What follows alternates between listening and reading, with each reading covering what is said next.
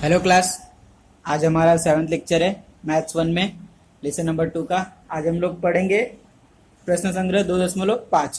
तो जैसा कि हम लोग पिछले लेक्चर में देखे थे प्रश्न संग्रह 2.4, जिसमें हम लोग ने देखा था क्या सूत्र विधि। मैंने एग्जाम्पल कराए थे और बाकी होमवर्क मिला था। उम्मीद करता हूँ सबका हो गया रहेगा और कुछ डाउट नहीं आया रहेगा। कुछ डाउट रहेगा तो आप लोग पूछ सकते हो मेरे को बाद में, ठीक है।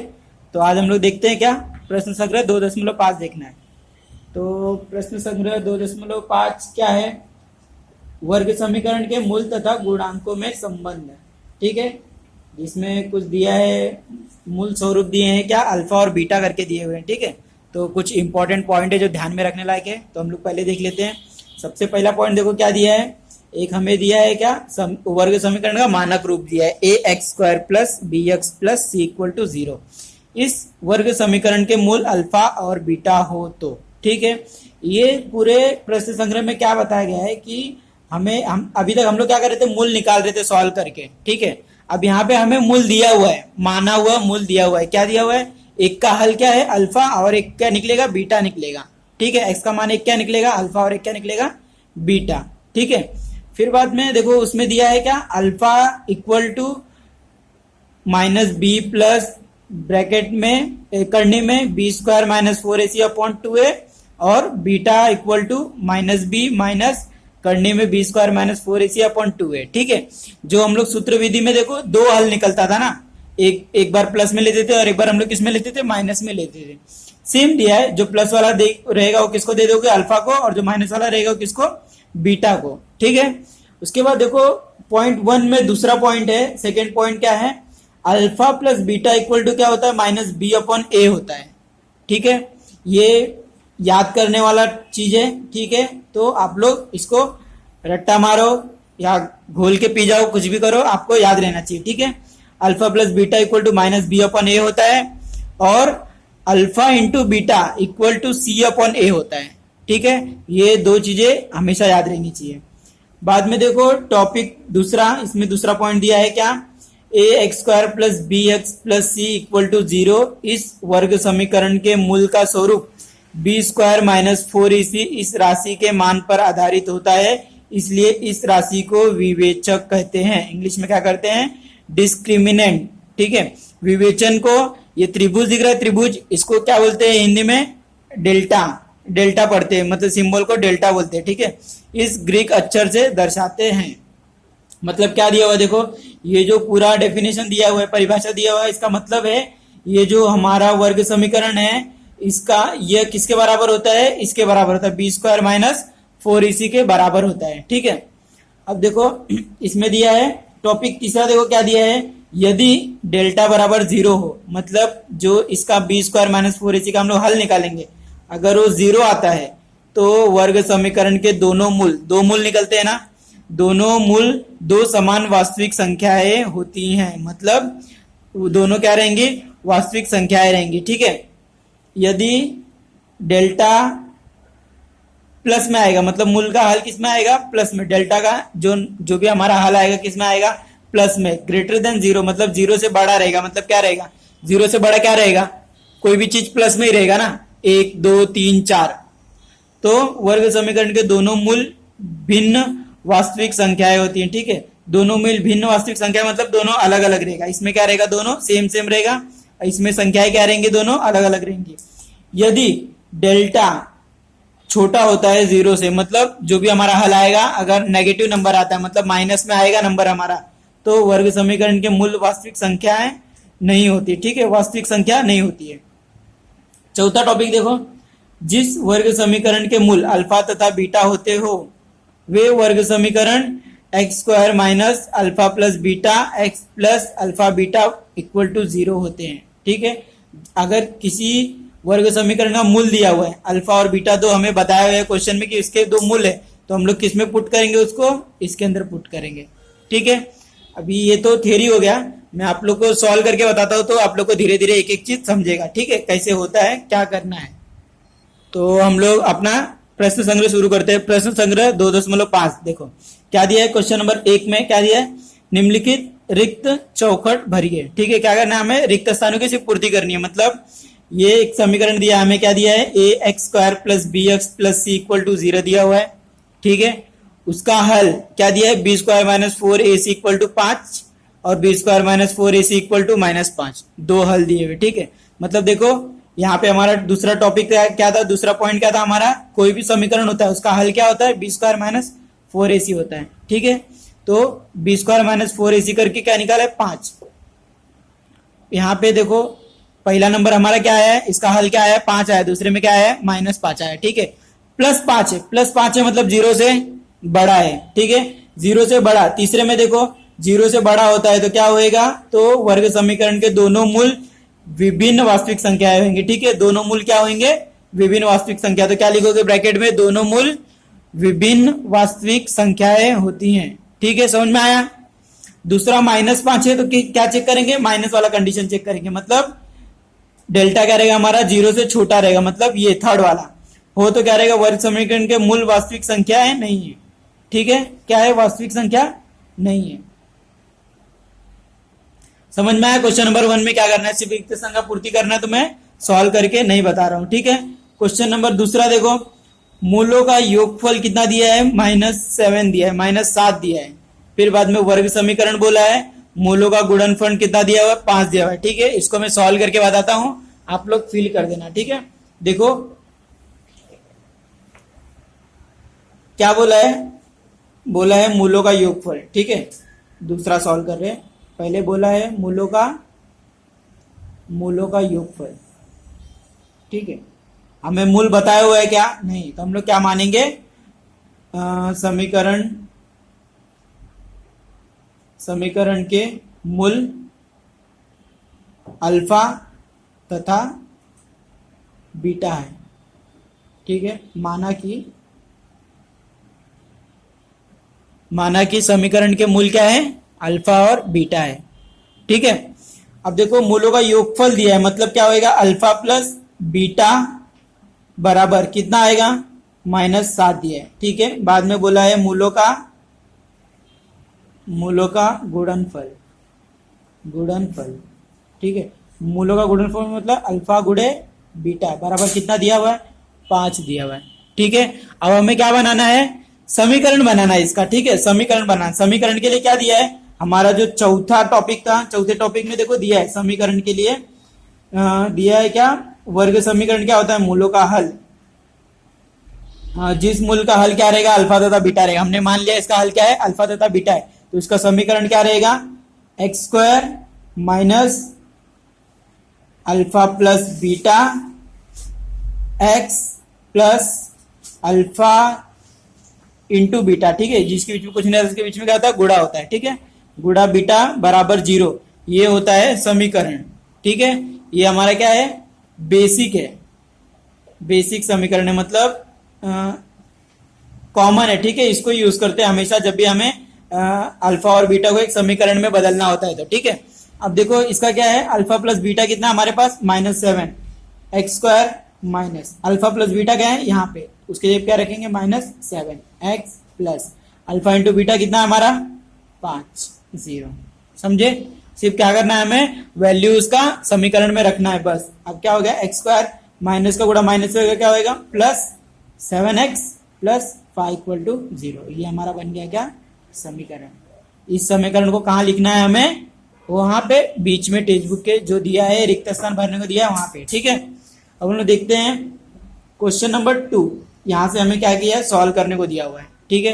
क्वेश्चन नंबर 2 में देखो पहला क्वेश्चन दिया है, निम्नलिखित वर्ग समीकरणों के लिए विवेचन का मान ज्ञात कीजिए। क्या करना है, विवेचन का मान ज्ञात कीजिए, ठीक है। ध्यान से सुनिए, क्या निकालना है हमें, विवेचन निकालना है। तो हम लोग देखते हैं, पहला क्वेश्चन इजी से शुरू करता हूं, बाद में आपको बता दूंगा हार्ड वाले में क्या क्या करना है, ठीक है। पहला क्वेश्चन हमारा देखो क्या है, X square plus 7x minus 1 equal to 0 बराबर, ठीक है। किसी भी समीकरण का विवेचन क्या होता है, विवेचन को किसे दर्शाते हैं हम लोग, डेल्टा से, ठीक है। डेल्टा बराबर क्या होता है, बी स्क्वायर माइनस 4ac होता है, बराबर, सही बात है। इसको मैं साइड में लिख लेता हूँ, ठीक है, क्योंकि हम लोग को लाइन से सॉल्व करना है। डेल्टा बराबर क्या होता है, बी स्क्वायर माइनस 4ac होता है। ठीक है, हमें क्या निकालना है, विवेचन, मतलब इसको बोलते हैं विवेचन। विवेचन के लिए क्या क्या लगेगा हमको, बी चाहिए, ए चाहिए, सी चाहिए। ठीक है, समझ में आया। अब समीकरण को देखो, हमारे समीकरण में कहीं भी ए बी सी कहीं लिख के दिया हुआ है क्या, नहीं।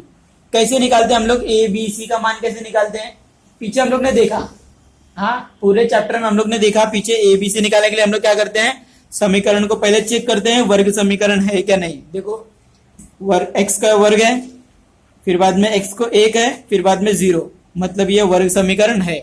मूल का सबसे बड़े पद का घात कितना है, 2 है, मतलब यह वर्ग समीकरण है।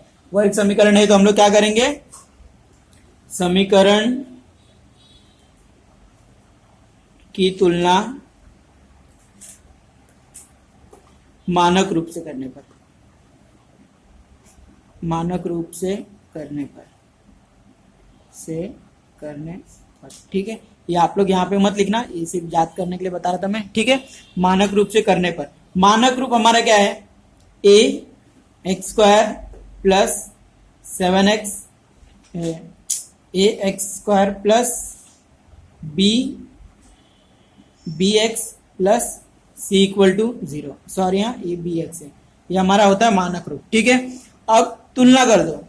ठीक है, तुलना करने पे देखो क्या मिलेगा हमें, ये जो एक्स स्क्वायर के सामने वाला नंबर रहेगा वो क्या रहेगा, a, तो a इक्वल टू क्या हो जाएगा, कुछ नहीं मतलब 1। b क्या हो जाएगा, इसके सामने वाला, तो ये क्या हो जाएगा 7। c क्या होता है, ये अकेला नंबर क्या है, -1। ठीक है, अब हमें क्या मिल गया, a b c मिल गया। ठीक है, अब देखो कैसे निकालेंगे हम लोग विवेचन, क्या करो, X square plus 7x minus 1 equal to 0 equal to क्या लिखोगे, डेल्टा। ठीक है, यहां पे लिख दो डेल्टा इक्वल टू क्या होता है, B square minus 4ac। Okay, इतना लिख दिए। अब देखो इक्वल टू, अब b, हमें b कितना मिला 7, क्या करो यहाँ पे 7 का स्क्वायर डाल दो, -4, a कितना मिला 1, c कितना मिला -1 डाल दिए। 7 का वर्ग कितना होता है, 7 7 49, -4 का 1 से गुणा होगा क्या होगा, -4 ही आएगा, माइनस माइनस का गुणा होगा क्या आएगा, +4 एकम 4 हो गया, बराबर 49 और 4 कितना होता है 53। ठीक है, डेल्टा का मान हमें क्या मिला है 53, यहां पे हम लोग ने निकाल दिया क्या, विवेचन। ठीक है, समझ में आया। अब देखो ये हमारा जो विवेचन आया है, डेल्टा है, कितना आया है 53, इसके आगे कुछ नहीं, मतलब क्या है, प्लस का सिंबल है, मतलब धन में। हाँ ठीक है, पॉजिटिव नंबर है, तो ये 53 जब पॉजिटिव है तो क्वेश्चन नंबर 3 देखो, हमारा क्वेश्चन नंबर, अभी हम लोग सेकंड देख रहे थे, क्वेश्चन नंबर 3 में देखो क्या दिया है, विवेचन के आधार पर निम्नलिखित वर्ग समीकरणों के मूल निश्चित कीजिए। ठीक है, यहाँ पे क्या बोला है, मूल निश्चित करने के लिए बोला है। ठीक है, मतलब कैसे होते हैं मूल। ठीक है, अब देखो ये जो हमारा निकला है इसके ऊपर मूल हम लोग कैसे बता सकते हैं, हमारा नंबर पॉजिटिव है, मतलब क्या है, डेल्टा, डेल्टा क्या है, बड़ा है किससे, 0 से, बराबर, इसलिए वर्ग समीकरण के मूल 0 से बड़ा है, मतलब थर्ड में सेकंड वाला पॉइंट बड़ा है, मतलब वर्ग समीकरण के दोनों मूल क्या होंगे, विभिन्न वास्तविक संख्या होंगे, दोनों मूल विभिन्न वास्तविक संख्या होंगे, वास्तविक संख्या होंगी। ठीक है, ये सिर्फ हमें एक लाइन, हमें ये इतना एक लाइन ऐड करना है, किस में ऐड करना है, क्वेश्चन नंबर 3 के लिए, क्वेश्चन नंबर 3 के लिए, मतलब क्वेश्चन नंबर 2 और क्वेश्चन नंबर 3 दोनों को दोनों सेम ही है। ठीक है, सिर्फ क्वेश्चन नंबर 1 में क्या करना है, सॉल्व करके छोड़ देना है, और क्वेश्चन नंबर 3 में क्या करना है, हमें बताना है कि वो जो संख्या दो मूल मिलने वाले हमें वो कौन से होंगे, वास्तविक संख्या होगी या अलग अलग वास्तविक संख्या होगी या वास्तविक संख्या नहीं होगी। ठीक है, समझ में आया। मैंने क्वेश्चन नंबर 2 का पहले एक क्वेश्चन बता दिया है, अब यहाँ पे देखो क्वेश्चन नंबर 2 में मैंने एक पहला वाला बता दिया है। ठीक है, इसमें सेकंड वाला भी इजी है। थर्ड वाला मैं थोड़ा सा आप लोग को बता देता हूँ, हिंट दे देता हूँ कैसे करना है, ठीक है। बाद में क्वेश्चन नंबर 3 का देखेंगे हम लोग। यहां पे बता देता हूं, देखो साइड में, ठीक है। क्या दिया हमें, समीकरण दिया हुआ है, करनी 2x² प्लस 4x प्लस 2 करनी 2 बराबर 0, ठीक है। सबसे पहले हम लोग क्या करेंगे, इसकी तुलना करेंगे किससे, मानक रूप से। मानक रूप से तुलना करने के लिए मानक रूप लिख लो, x² ax² plus bx plus c equal to 0, ठीक है। इसको 1 दे दो समीकरण, इसको 2 दे दो, दोनों को क्या करो, तुलना करो। तुलना करने पर लिख देना, समीकरण 1 और 2 की तुलना करने पर, तुलना करोगे तो क्या मिलेगा, a मिलेगा, a कितना मिलेगा, करनी 2, b मिलेगा कितना 4, c मिलेगा कितना 2 करनी 2, ठीक है, 2 करनी 2। अब इसको क्या करोगे, a b c को किस में रखोगे, डेल्टा बराबर b² माइनस 4ac में रख दोगे, ठीक है। ए बी क्या है, 4 का स्क्वायर हो जाएगा, माइनस ये 4 पहले से यहाँ पे है, ए कितना है हमारा, करनी 2, और सी कितना है 2 करनी 2, ठीक है। अब देखो ये इसका और इसका गुणा होएगा, जब भी ये करनी और ये करनी का गुणा होएगा तो क्या होएगा, करनी करनी कट जाएगा और जो नंबर है वो एक बार आ जाएगा, और इसके आगे कुछ नहीं है, मतलब क्या है, एक का गुणा किससे होगा, 2 से, तो 2 एक कम क्या आएगा 2, और करनी करनी गुणा आएगा तो क्या है, करनी करनी कट जाएगा, सिर्फ 2 बचेगा। तो ये 4 इधर पे पहले से कॉपी, 4 का 16 कर दो, ठीक है। 4 का और कितना आएगा 16, ये 16 माइनस ये 4, और ये अंदर 2 गुणे 2 कितना देगा 4, 4 4 कितना हो जाएगा 16, 16 16 माइनस हमारा आंसर कितना आएगा 0। समझ में आया, मैंने पूरा ही सॉल्व कर दिया है छोटे से में। आप लोग क्या करोगे, अच्छे से जैसे मैंने पहला बताया है उसके हिसाब से दूसरा लास्ट वाला भी सॉल्व करोगे, ठीक है। क्वेश्चन नंबर 2 आपको होमवर्क ट्राई करो घर पे। क्वेश्चन नंबर 3 देखो, क्वेश्चन नंबर 3 में भी सेम जो दिया है क्वेश्चन नंबर 2 में सेम वही करना है, बस हमें जो एक लाइन बढ़ानी है वही बढ़ा के करना है। तो आप लोग को नीचे के भी 1 2 3 तीनों क्या रहेंगे, होमवर्क रहेंगे, ठीक है। इसके आगे हम लोग देखते हैं नेक्स्ट क्वेश्चन, ठीक है। तो आज के लिए इतना ही बहुत है, बाकी जो बचे हैं हमारे पास क्या बचा है, क्वेश्चन नंबर देखो, क्वेश्चन नंबर 4 बचा है। 5 और 6 महाराष्ट्र बोर्ड ने कैंसिल कर दिया है, तो ये अभी के लिए 2020 में तो नहीं आने वाला, तो पढ़ने की ज्यादा जरूरत नहीं है, ठीक है। हम लोग क्वेश्चन नंबर 4 और 7 नेक्स्ट वाले में देखेंगे, और भी जो भी थोड़ा बहुत बचा हुआ है नया स्टार्ट करेंगे और ट्राई करेंगे देखने का, ठीक है। तो अभी के लिए बाय।